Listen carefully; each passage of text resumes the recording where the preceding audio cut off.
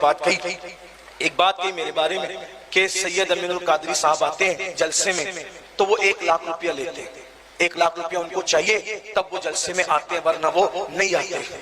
میں آپ سے کہنا چاہتا ہوں غصے میں آئے بغیر لعنت اللہ علی الکاذبین، جھوٹوں پہ اللہ کی لعنت۔ بھائیو 1,00,000 تو دور کی بات ہے، اللہ کی قسم کھا کے کہتا ہوں لا الہ الا اللہ پڑھ کر آج تک میں نے اب تقریر کرتے کرتے مجھے 29 سال یا 30 سال بیت رہے ہیں، کسی بھی جگہ انڈیا میں یا انڈیا کے باہر میں نے اشارے میں کنائے میں بھی کبھی کسی سے 1 روپیہ نہیں مانگا، کبھی نہیں مانگا۔ کسی نے جب وہ توفتاً کچھ دے دیا تو لے کر کے چلا گیا، میں نے کبھی کھول کے بھی نہیں دیکھا کہ کیا دیا۔ اب لوگ میرے بارے میں اس طرح کی باتیں پھیلاتے ہیں، میرے نام پر پیسہ اکٹھا کرتے ہیں، جمع کرتے ہیں، خود کھا جاتے ہیں۔ میں اللہ رسول کو گواہ بنا کے کہتا ہوں کہ میں نے کبھی کسی سے کچھ نہیں مانگا ہے، کبھی کچھ نہیں طلب کیا ہے، اور اللہ سے دعا کرتا ہوں میں اپنی قوم سے کیا مانگوں؟ میرا اللہ رب الارباب ہے، وہ رزاق مطلق ہے، میرا نبی قاسم نعمت ہے۔ بلکہ میں کسی اور کے بارے میں نہیں کہہ رہا ہوں، اپنے لیے کہہ رہا ہوں، اپنے طور پہ کہہ رہا ہوں کہ میں لوگوں سے اللہ رسول کا ذکر بیچ کر پیسہ مانگنے کو سور کی طرح حرام سمجھتا ہوں۔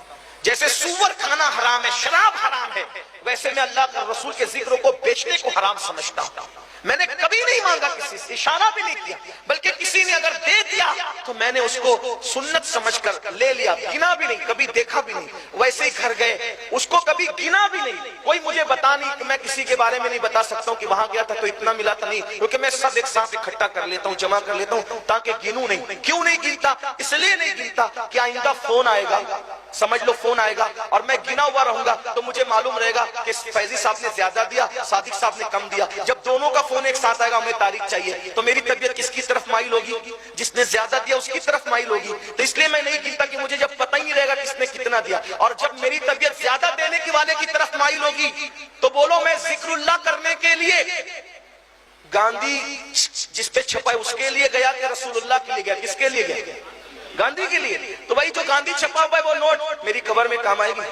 بچے مزہ کرتے، بچے اولاد مزہ کرتی ہے، باپ کو جواب جو کماتا اس کو جواب دینا پڑتا ہے۔ میں یہ نہیں کہتا جو مانگتے ہیں وہ کیا کرتے ہیں، جو مانگتے ہیں وہ جانے، ان کا جو طے کرتے ہیں وہ جانے۔ ہم نے کبھی طے نہیں کیا اور ہم اس سوچ پہ لعنت کرتے ہیں کہ ہم اللہ رسول کا ذکر بیچیں، ہم نے کبھی نہیں کیا، اس لیے ہمیں بدنام نہ کیا جائے، ورنہ ہم آپ کے علاقے میں نہیں آئے، یاد رکھنا، کیونکہ تقریر ہمارا پیشہ نہیں ہے۔ بلکہ یہ بات بھی میں آپ کو بتا دوں، جہاں تاریخ صرف میں دیتا ہوں وہاں بھی میں ٹکٹ کا پیسہ پہلے نہیں منگاتا کسی سے۔ میں کہتا ہوں کہ اگر میں نہیں آ سکا تو پھر تمہارا پیسے کا ذمہ دار کون ہو؟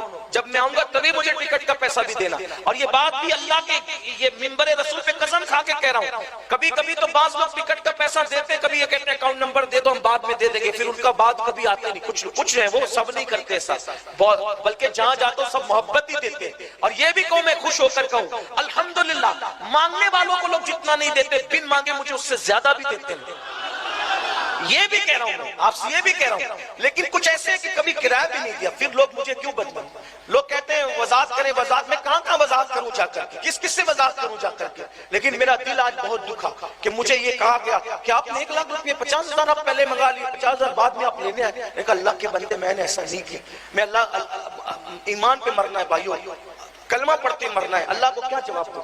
ایک ایسا بندہ جو کسی کو جواب ہی نہیں دیتا اس پہ اتنے الزام لگاتے ہیں، ایسے بات کرتے ہیں، ایسا مت کرو۔ اس لیے میری گزارش ہے کہ میرے نام پہ اس طرح کی کوئی بات نہ کرے، اللہ کو جواب دینا۔ میں نے کبھی نہیں مانگا، یہ صادق رضوی صاحب بچپن سے مجھے جانتے ہیں، گواہ ہیں، اور جو لوگ سن رہے وہ بھی جانتے ہیں۔ بلکہ یہ تو میں باہر جاتا ہوں، باہر جو لوگ دے دیتے ہیں لے لیتا ہوں۔ میرے شہر مالیگاؤں میں تو آپ پوچھیں لوگوں سے، میں جہاں مالیگاؤں میں تقریر کرتا ہوں وہاں دعوت بھی نہیں کھاتا کمیٹی والوں کی، ان کا کھانا بھی نہیں کھاتا۔ میں کہتا ہوں باہر اس لیے کھانا کھاتا ہوں کہ وہاں میرا گھر نہیں ہے، لیکن مالیگاؤں میں تو میرا خود کا گھر ہے، تو تمہارا کھانا کھانے کیوں آؤں؟ کیوں کھاؤں تمہارا کھانا؟ جب میرا گھر خود موجود ہے میں کیوں مالیگاؤں والوں کا کھانا بھی نہیں کھایا؟ جا کے پوچھو ان سے، تحقیق کرو، وہ بتائیں گے تمہیں۔